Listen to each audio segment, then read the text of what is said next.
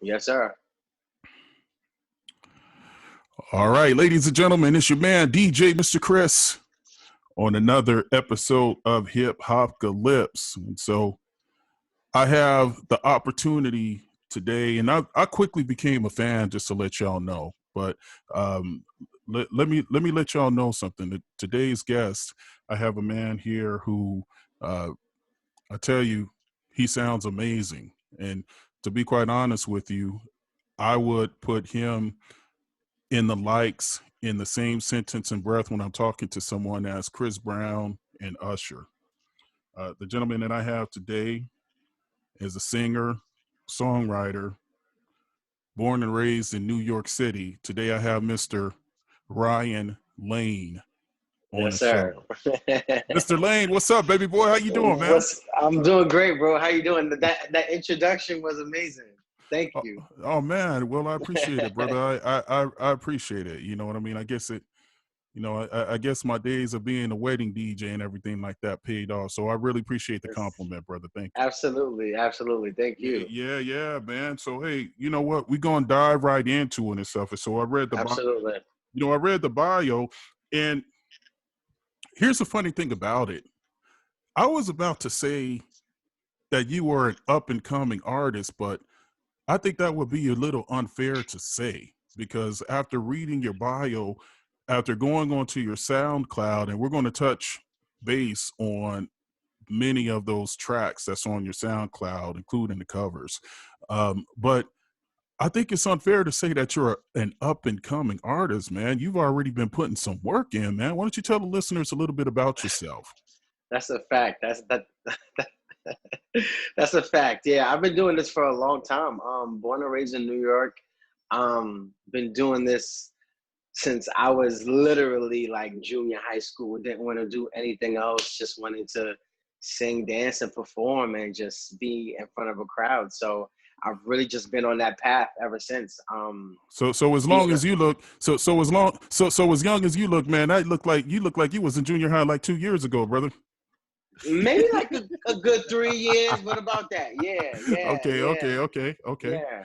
But yeah, so what was your influence and your inspiration? Because the first thing, and so for all of the listeners that's listening, you will know who this gentleman is after, if you don't know already, after after this episode, because I have quickly become a fan, and I was really, and I don't blow smoke up people's asses, but I really listened to a couple of your tracks for most of the day yesterday in preparation for Wow. this interview. So I'm gonna be upfront with you, but um, you have a mixture of a neo swing, Okay. Usher, and I don't say that lightly.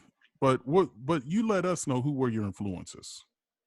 Man, I'm really influenced by everybody. And I know that sounds like the perfect interview answer to say, but I really enjoy everyone. Like, I grew up on all kinds of music.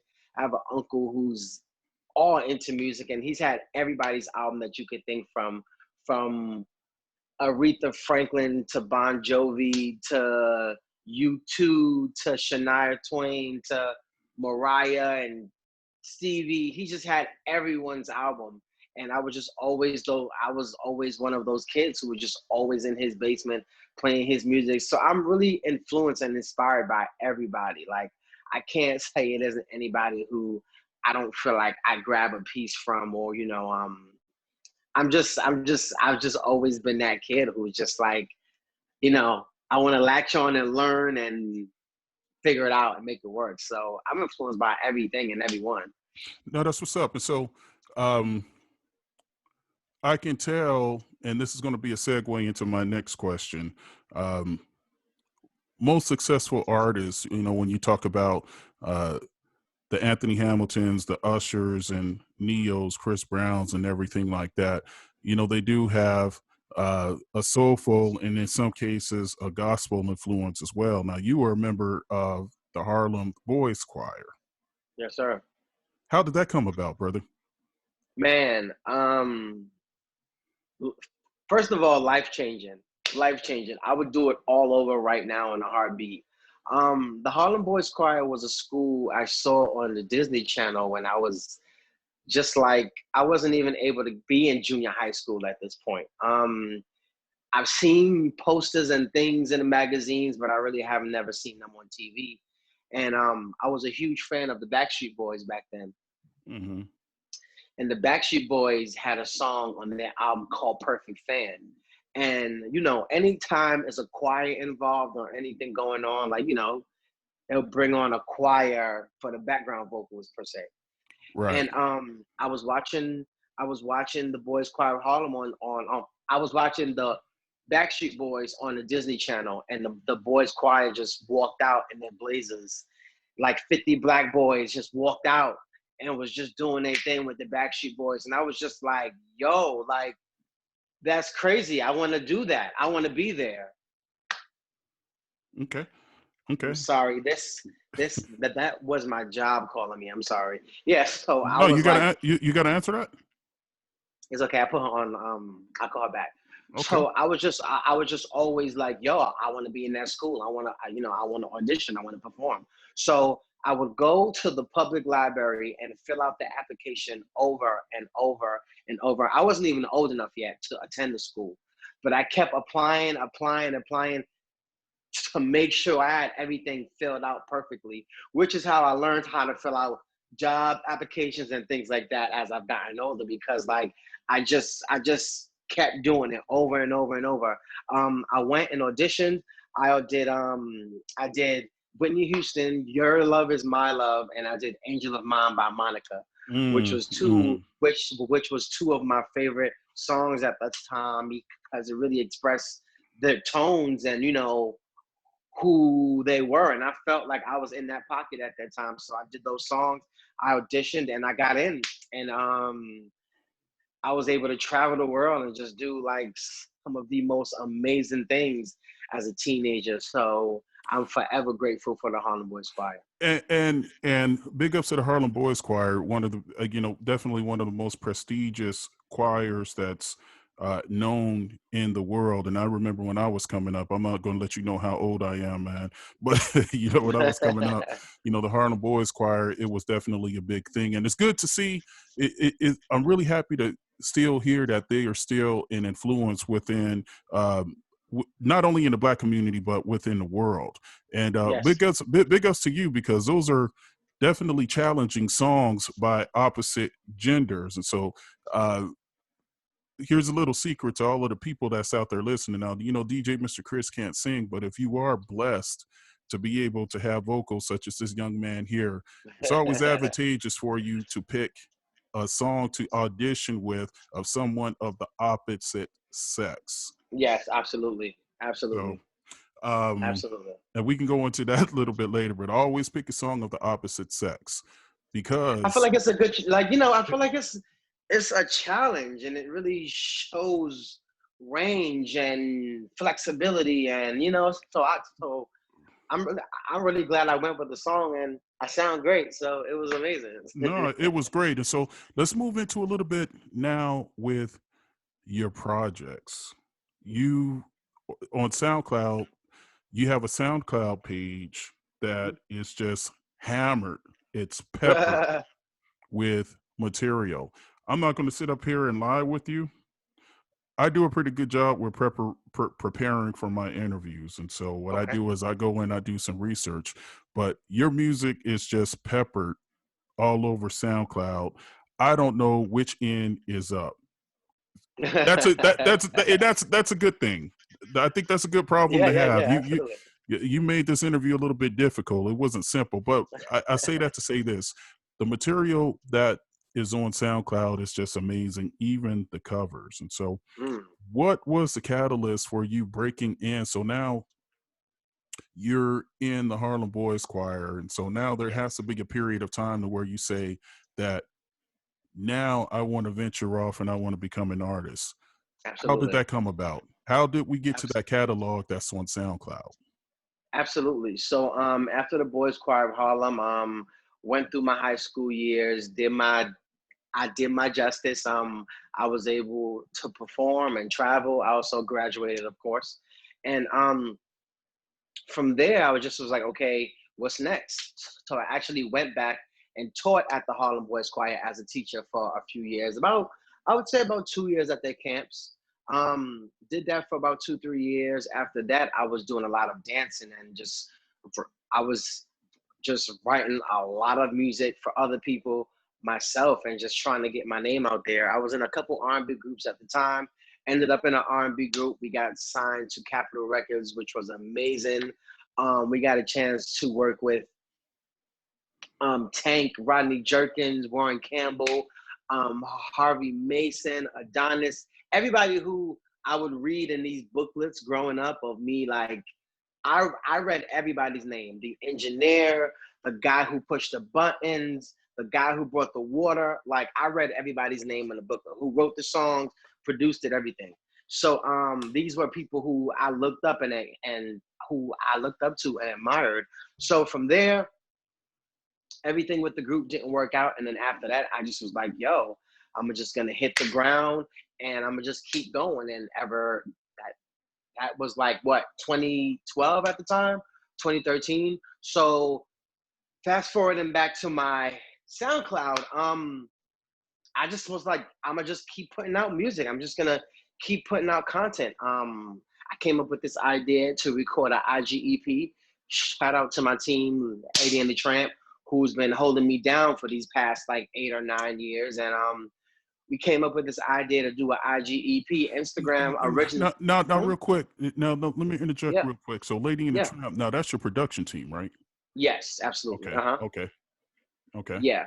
So I had did these covers on Instagram back when Instagram was like 15 seconds, but it was a small clip of like an R&B song.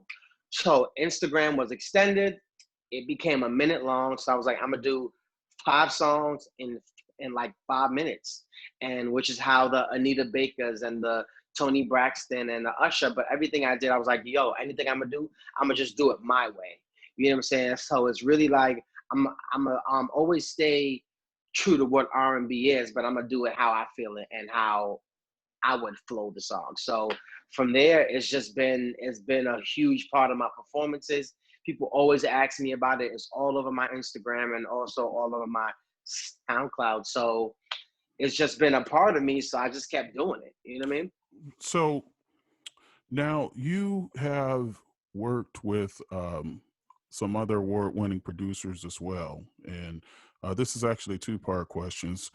Name some of the producers that you worked with, and name and let the listeners know how important it is for a producer to really hone in on your style and your sound. Absolutely. Rather it's the sound itself of the music matching with your writing skills. So, Hmm. first part of the questions: who's some of the producers other than Lady and the Tramp who you worked with before? Absolutely. Lady and the Tramp, of course, love them. I've worked with KG from Naughty by Nature. Naughty by Nature. Yes, That he's that that that guy in itself. Um, he's a man, visionary. listen, man, listen. Like, to be a part of this whole thing with him and for him to just be so involved with everything I'm doing and me growing up on this guy and his hit songs, Yeah, like it's just crazy to me. I watched him on TV all the time. Him and the right. group, like, Yeah. and in the videos, and he produced all of these hits for people, and it is just one of the most rewarding and humbling thing. Like, wow, like I'm working with this guy, and he did hits for everybody who I love.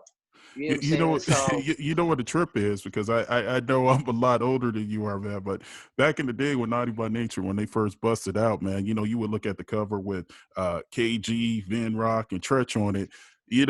You would have never imagined or thought that KG was the mastermind behind a lot of those tracks, man. As far as his he's production so skills, chill. bro. Yeah, Oh, absolutely. and his personality, he's so chill. Like, Right, he's so humble. Like, what's up? But you done produced 10 million. I don't know how many million, but right. like he's so chill, as if like he's just like, yeah. Like, which, yo, he's so cool, but it just makes me just really just humble myself and be like, yo, if this dude could produce hits all over the world until this day, and he's just like still humble in his craft, and he's still as eager to kind of put out new music too. He's just been so hungry, like so. The, that's my guy, man. Hats off to him So for working with sure. working with high caliber producers, and Yeah, this will lead into the second part of the question. You know, with working with high end producers, high quality producers that's known in the industry. Um, how do you prepare for working with someone like that? Because you don't want to mm, disappoint them. You know, it's I know no pressure, no stress, but you have to go in and you have to be able to deliver. absolutely, How's that absolutely. experience with being in the studio, getting the beats from them? Uh, That's really funny that you asked that question, my friend. mhm. 'Cause let me tell you something. I used to prepare, right? I used to be like, all right, cool, I'm gonna go and I'm gonna do this, but it just always felt so forced. Like it just felt like I was just trying too hard. So the only thing I do honestly is I pray before I go in. But other than that, Right, I just really let my energy and my gifts speak for itself. Like, I don't overthink it. Like, okay, I'm gonna walk over here and I'm gonna stand over. I just do me. I just do me.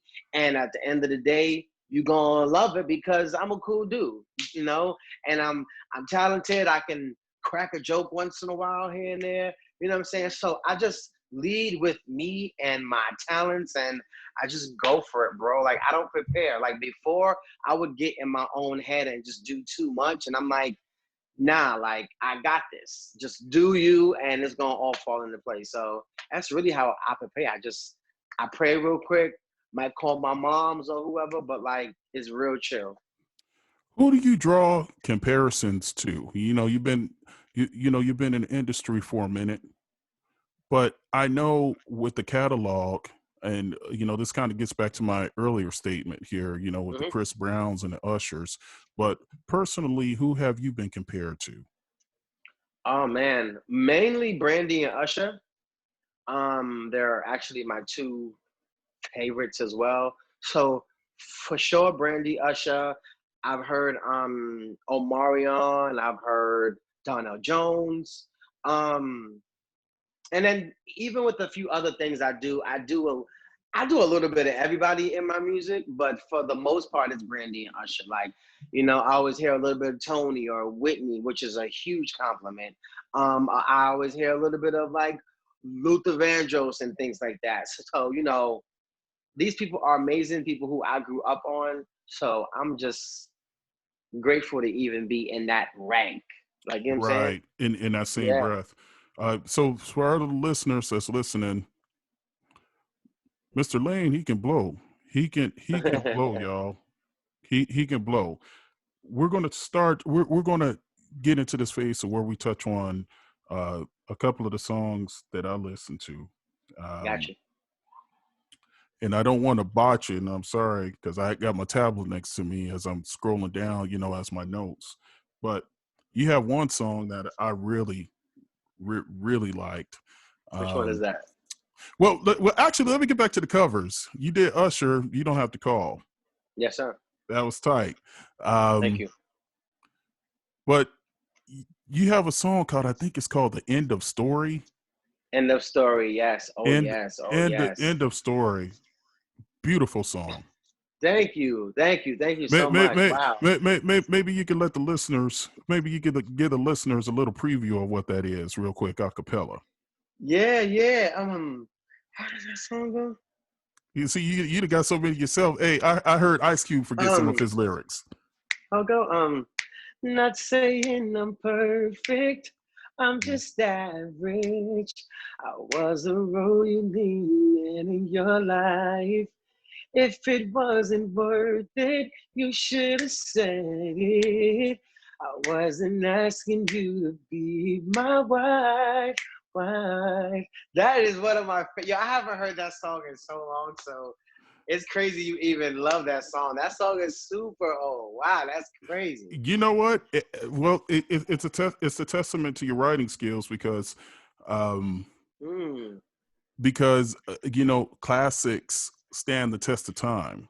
absolutely. And for me to be, let's see, it's 2020, and on top of that, for me to be an older head and to be able to vibe off of something like that, my man, it was way ahead of its time.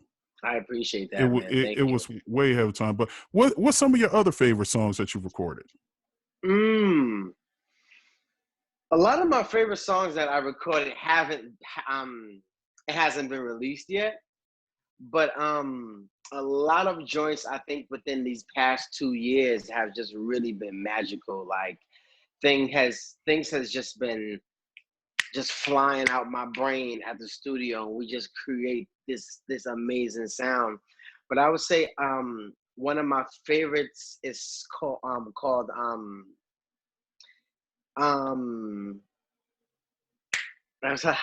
that song go? Uh, yeah. Da-da-da-da-da-da. It's called "Can We." Okay. We recorded a song with the artist called her name is Nicole Michelle, who's also on the Town Slugger project, and Mm. we legit recorded that song in an hour, my friend. Like, I was actually on my way out the door, and Trent put the beat on, and I was just kind of like, I took my bag off, and we got right into it. And an hour later, we had the full song, harmonies, backgrounds, words, everything. It was just amazing. So I say for sure that song. So is that something that's out already or is on its way out? It is not out yet, but it's definitely on its way out. Hey, well, y'all need to make sure that y'all send, DJ Mr. Chris a little promo copy. And I Absolutely. got some weddings coming up, and I'm actually trying to work on putting a compilation together. So I'm gonna have to get Mm, with you off of the cuff for absolutely. all of the people that I interview. Trying to put everybody together on one album. That'll be Showcasing nice. showcasing the skills, and so. But we'll definitely talk with that. So just a couple of more questions. Not Of going to course, hold yeah. you too long, but um, I got time. I got time. the I'm industry. enjoying this. That's what's up. That's what's up. So the industry, all of us who are artists or has a passion for music, at one time or another said, "Okay, we want to be on the stage with someone, or we want to be as big as such and such." Now, we've heard some of the horror stories about the industry. We've heard some of the horror stories about working with various people. In your view, from the time that you have been in the recording industry, what's your views on the record industry? Keeping in mind, Prince said you need to own your masters. Uh, Absolutely. Prince Prince revolutionized how artists conduct their business within the music industry. Absolutely. Have you had some bumps and bruises and nicks in the recording industry so far? And if you have, share a couple of those experiences. And the reason why I'm bringing that up is because I know so far my listening audience are younger people who's trying to break into the industry, and so Yeah. it might be a good time to let someone know who has been around what's happening. What's the behind tales of the record industry? Absolutely. First of all, you have to have a tight team. Period. You can't do everything by yourself. And you can if you choose to, and if you have the time to, by all means. But I think a team will definitely help you to build even your own character as a person, having these people around you. You know, have I had any bumps and bruises in the recording industry? Honestly, not really. But one thing I will say is there's a lot of promises. You know what I'm saying? There's a bunch of we gonna do this, we gonna do that, we gonna do this, and for the most part, like things do happen and things do close, deals do happen, and things flourish. But at times things don't always happen that way. I was on a record label, had a deal, recorded an entire album, took promo pictures, filmed videos, did the whole bit, and we got shelved, and then we got dropped. You know, so all of that hard work and energy and everything we put into it, I mean, you know, we was hoping it would pay off in the long run. And I mean, it's been paying off now. But in that moment, I was just like, damn, like we had a deal. Like everybody's dream is to have a deal at some point, you know, and have And how simple is that? And not to interrupt you, but let me touch yeah, on that. yeah, How easy is it to one day fall asleep with all of these goals and all of these plans and promises that's been delivered to you, to wake up the next morning and all of a sudden you're at ground zero again? That's pretty common, and it's pretty easy, and it's something that yeah. happens a lot in the industry. What Hmm. are some of the attributes that has that happen? I mean, does someone go to sleep one night and say, you know what, this guy was on fire, but I don't think he has the right look, or I don't think he has the right sound. So we'll just let him know tomorrow we're going to dump him. Yeah. What's the behind the scenes story on stuff like that? Well, first of all, for me, they was like, quit your job, quit your job. You got $1 million deal, quit your job. I kept my job just because, like, you just don't know. You know what I'm saying? Like, I'm gonna always have to pay my bills and take care of myself, regardless of if we have a deal or not. But as far as like, what is that conversation like? It's well, here's the thing. Sometimes you don't even get a conversation. It's a phone call, or you just don't hear from these people at all. But the information gets passed down to like top of the record label, A&Rs, everybody else involved, and then you hear from the actual manager who passed it on to you.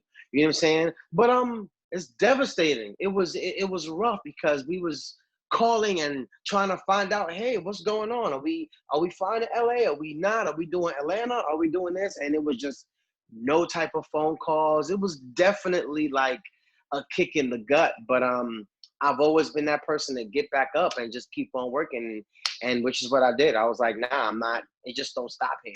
You know, So I still got a lot more to do. was that the case with the group that you had signed with?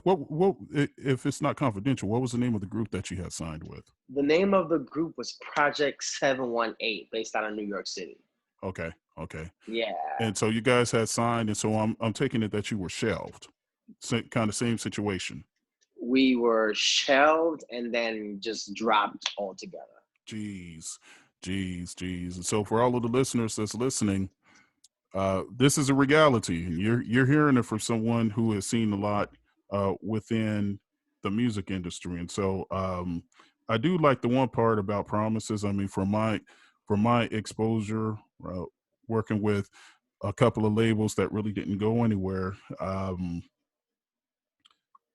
I can only imagine for a person of your caliber to have the talent, to have the team, to have the songs that you know are popping, and all of a sudden just to not even as much get a telephone call telling you what's happening with your future. I can understand how devastating it is. But on a positive note, let's let Yeah, the listeners know what you're doing today and what the plans are for you within, let's just say, the next year. I know 2020 has absolutely, been bad for everyone, but 2020 has really reinvigorated the minds of a lot of artists, and it put a lot of things into perspective. Actually, absolutely, Hip-Hopcalypse wouldn't have never existed if it wasn't for the pandemic. And so, absolutely. with that said, what does the future hold for you? Let's just say between now and this time next year. Man, and I say this with the most sincere, genuine, just every part of me. Bro, this pandemic has taught me so much more I didn't even know I was even able to do. You know, I've been painting, I've been drawing, I've been writing, making clothes. I've been doing interior design. I have my own business as well on top of music. I'm trying to be on everybody's project possible. I want to give you the Ryan Lane experience, if anything. You know what I'm Mm, saying? I So like that. I would I would say everything is on the table at this point. Like anything I could put my hand on, I want it to turn to gold. So I'm trying to do everything. I'm trying to do everything, especially especially during this pandemic, we filmed a video and got so many things done from home that at this point, like, it really lit a fire under my ass. Like, nah, like, Absolutely. there is nothing impossible at this point. It can get done. We filmed the video in a day. We only had 10 days of preparation in quarantine, choreography, styling, location, barbershops. It was the most craziest thing, but it made me realize that I got this. I got this, and it's gonna get done. And it will always be professional. It'll always have that quality behind it. So look, I'm trying to do everything. I'll even host a podcast if I need to. Like, I'm trying to put my hand on everything that I know I can do and execute. Even if I can't do it, I'll try it, and I'm sure I'll make it work.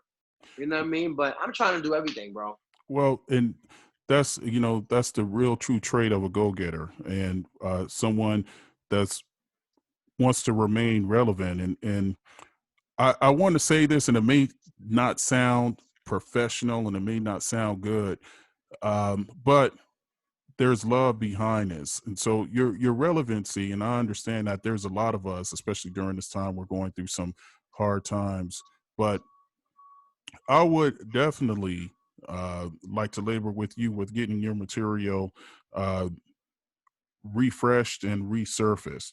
You have a lot of listeners, you have a lot of views that I've seen on SoundCloud. Um, Being here in California, I didn't get the opportunity to hear it, and when I heard it, I was just like, "Oh my God, this is banging!" Where, Thank wh- you. wh- Thank you. where is this guy? And I wanted Yeah. more, and so um, hopefully we can come up with not saying that your team ain't working, but Of hopefully we course. can come up with a plan and a strategy, because I really think that with the gift that you have and the sound that you have, as well as the product that you have, staying relevant isn't going to be a problem. I So, appreciate that, and bro. that's Thank coming you. from a place of love, my man. Of course. Thank you. Thank you. Ryan Lane, let the listeners know where they can find you at on your social media, my man. For sure. You can find me on every social platform at I am Ryan Lane, all one word. YouTube, SoundCloud, Twitter, Instagram.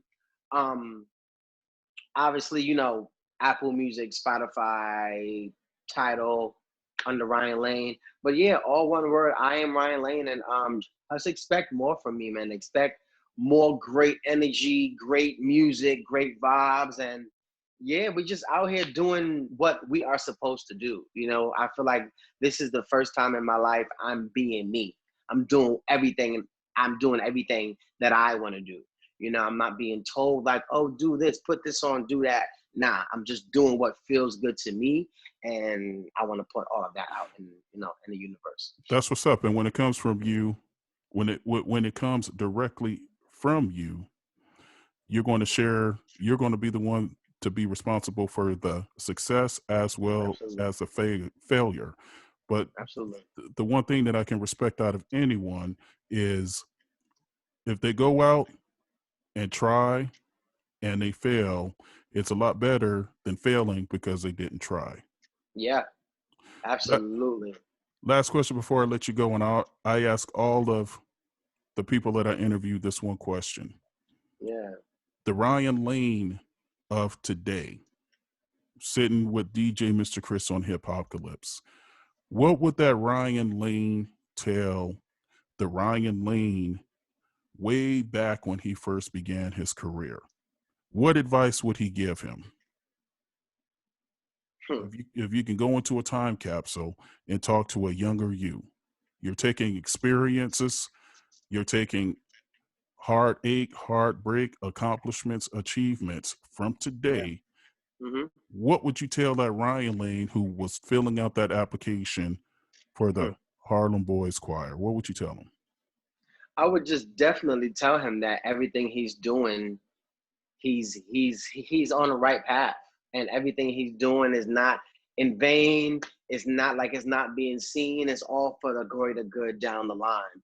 You know, believe it or not, Chris, everything that I've done as a child has started to come full circle at this point in my life.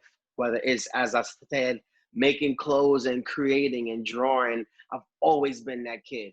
I was not that kid who was out playing Scullies and tag and Pogs and manhunt. it Jags and stuff. I did not do those things. I was in the house with the music, or I had my Walkman or my Discman, and I would just zone out and just enjoy music. So at this point in my life, I'm the same exact way. So I would just tell him, like, you already know what you're doing. Like, you already on that path of greatness. All you have to do is believe in you and just keep working hard. Just keep doing what you do, for That's sure. dope. That's dope. That's ill, man. Yeah. That's some dope advice. Thank you. Ladies and gentlemen, y'all heard my interview. I told y'all Yeah, this DJ Mr. Chris wasn't tripping with y'all. I told y'all we here on Hip-Hopcalypse, man, we got some real I'm interviewing some real talent. I told y'all I wasn't gonna trip with y'all. I Got appreciate Ryan you. Lane on Hip-Hopcalypse, and I want y'all to go visit his social media, and I'm not gonna trip with y'all, but listen, I'm gonna put a couple of video links up of this man video, and I know y'all gonna be vibing to it. Probably a few babies is gonna be made, but Make them babies now. Absolutely, Ryan Lane, man, it's been an honor, brother. It's been an honor, man. Thank you so much for being on the show. I really I appreciate it, appreciate you, man. King. Absolutely. I appreciate you too, bro. Thank you so Hey, much. good looking out, brother. Good looking out.